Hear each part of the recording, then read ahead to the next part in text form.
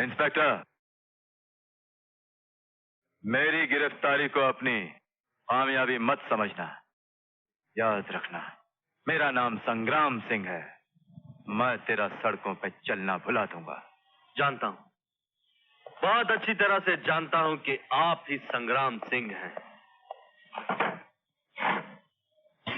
हवलदार, ये सांप का खून कुछ ज्यादा ही गर्म है, इन्हें ठंडा पानी पिलाओ।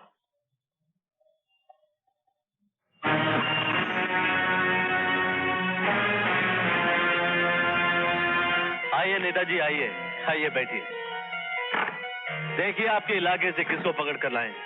शहर के मशहूर, इज्जतदार, पोजीशन के ठेकेदार सेठ संग्राम सिंह। संग्राम सिंह इस शहर के बहुत ही नहायत शरीफ इंसान, इसलिए आप इन्हें छोड़ दीजिए। छोड़ दूं? हाँ, ये मेरा ऑर्डर, इस एरिया के एमएलए का ऑर्डर। जानते हैं एमएलए साहब, इन्हें 6 करोड़ के ड्रग्स के साथ गिरफ्तार किया है हमने। मुझे ये सब नहीं मालूम, मैं सिर्फ इतना चाहता हूँ कि आप इन्हें छोड़ दीजिए, क्योंकि मैं इस एरिया का एमएलए हूँ। एमएलए। हाँ, छोड़ दो उनको सुमित, नहीं तो ये एमएलए साहब तुमको कुर्सी पर से गायब कर देगा। है क्या नहीं एमएलए साहब? बिल्कुल सही। एमएलए साहब, ये नया नया छोकरा लोग है, नई नई वर्दी है, नया नया खून है, जोश दिखाता है, जोश दिखाता है। इनको मालूम नहीं अभी तक कुछ। हाँ, अरे ये अपने एरिया का बहुत पावरफुल एमएलए साहब है, बहुत पावरफुल है। हाँ, पिछले महीने इन्होंने 2-4 इंस्पेक्टर का बदली कर दिया, किया क्या नहीं? हाँ सही। तुमको अपना नौकरी प्यारा है ना? नौकरी प्यारा है क्या नहीं? तो एमएलए साहब जो बोलता है ना, उसको स्वीकार कर लो। हाँ, अरे कुछ बनने का है तुमको, कुछ करने का है, कुछ कमाने का है, माल पानी, क्यों? तो इनका साथ दो। हाँ, नहीं तो इनके हाथ इतने लंबे हैं कि तुमको लंबा करके कानून के हाथ को काट के कानून को छोटा कर देगा। बहुत बहुत बड़ा साथ है, बहुत बड़ा साथ।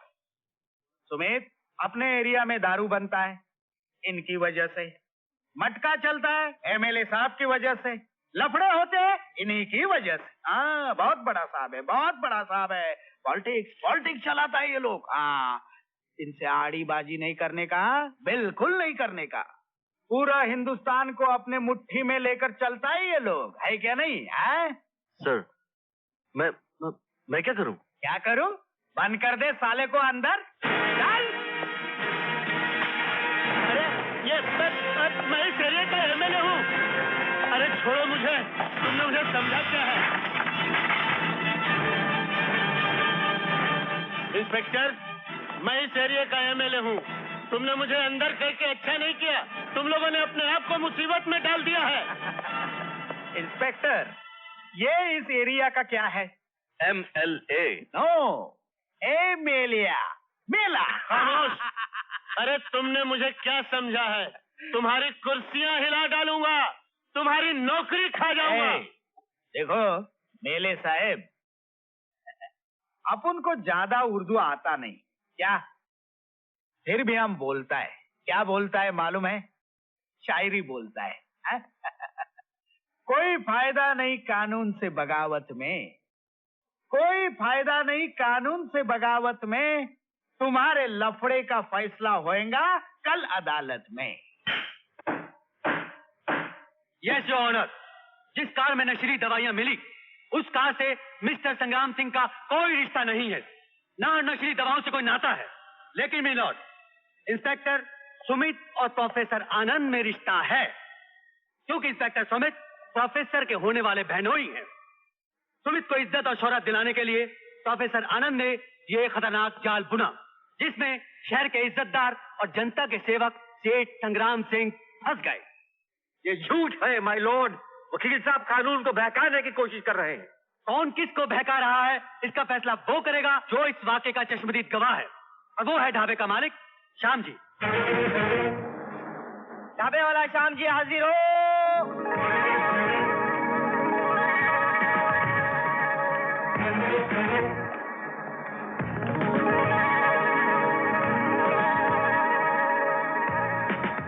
21 जून की रात 11:30 बजे तुम्हारे ढाबे के सामने क्या हुआ था?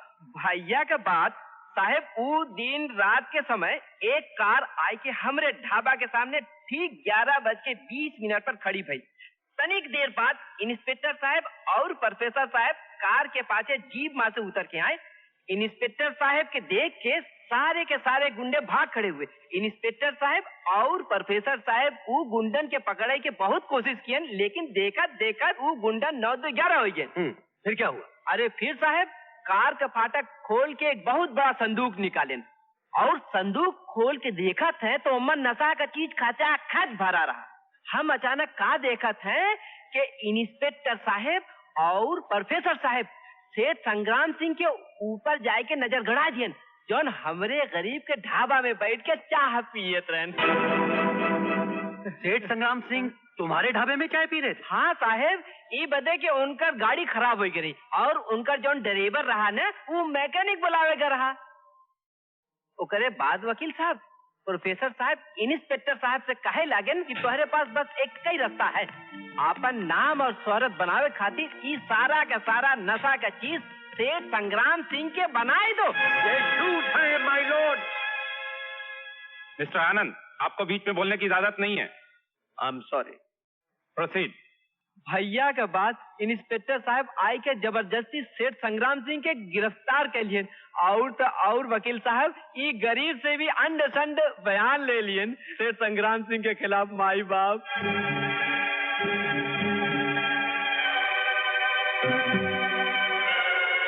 तमाम गवाहों को मद्देनजर रखते हुए अदालत इस नतीजे पर पहुंची है कि सेठ संग्राम सिंह की गाड़ी खराब हो जाने की वजह से वो ढाबे पर ठहरे थे। प्रोफेसर आनंद और इंस्पेक्टर सुमित का उनको मुलजिम समझना उनकी गलतफहमी और गलती है। इसलिए अदालत संग्राम सिंह जैसे इज्जतदार शहरी को तमाम इल्जामों से मुक्त करते हुए उन्हें बाइज्जत बरी करती है।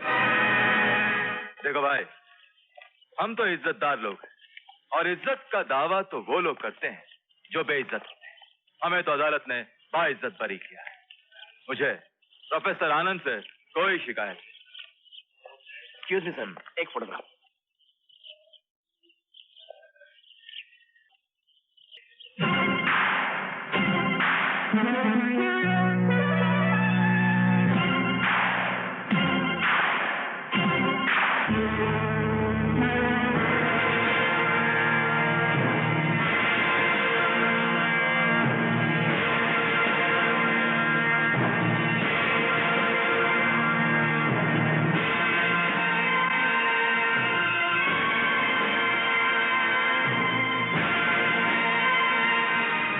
सोचते होगे प्रोफेसर, ये कैसे हो गया सब कुछ? सच्चाई की चादर पर झूठ के कांटे कैसे सच गए? हम जैसे शैतानों से भरे जंगल में तुमने कोई नाग या सांप नहीं, बल्कि अनजाने में एक अजगर के मुंह में हाथ डाला है। ऐसे निगल जाऊंगा तुम्हें कि जब तक जियोगे मेरा नाम ले लेकर तड़पते रहोगे। संग्राम सिंह, जुर्म का रास्ता बहुत छोटा होता है, थोड़ी दूर जाके खत्म हो जाता है और सच्चाई हमेशा झूठ का पीछा करती है और मौका मिलते ही उसका गला दबोच देती है। आज जीत जरूर तुम्हारी हुई है, लेकिन कल ऐसी हार होगी कि तुम मरने से पहले खुद ही अपनी तस्वीर पर अपने ही हाथों से स्वर्गवासियों वाला हाथ चढ़ाओगे। हार, क्योंकि इंसाफ की चक्की चलती बहुत आहिस्ता है लेकिन पीसती बहुत बारीक है।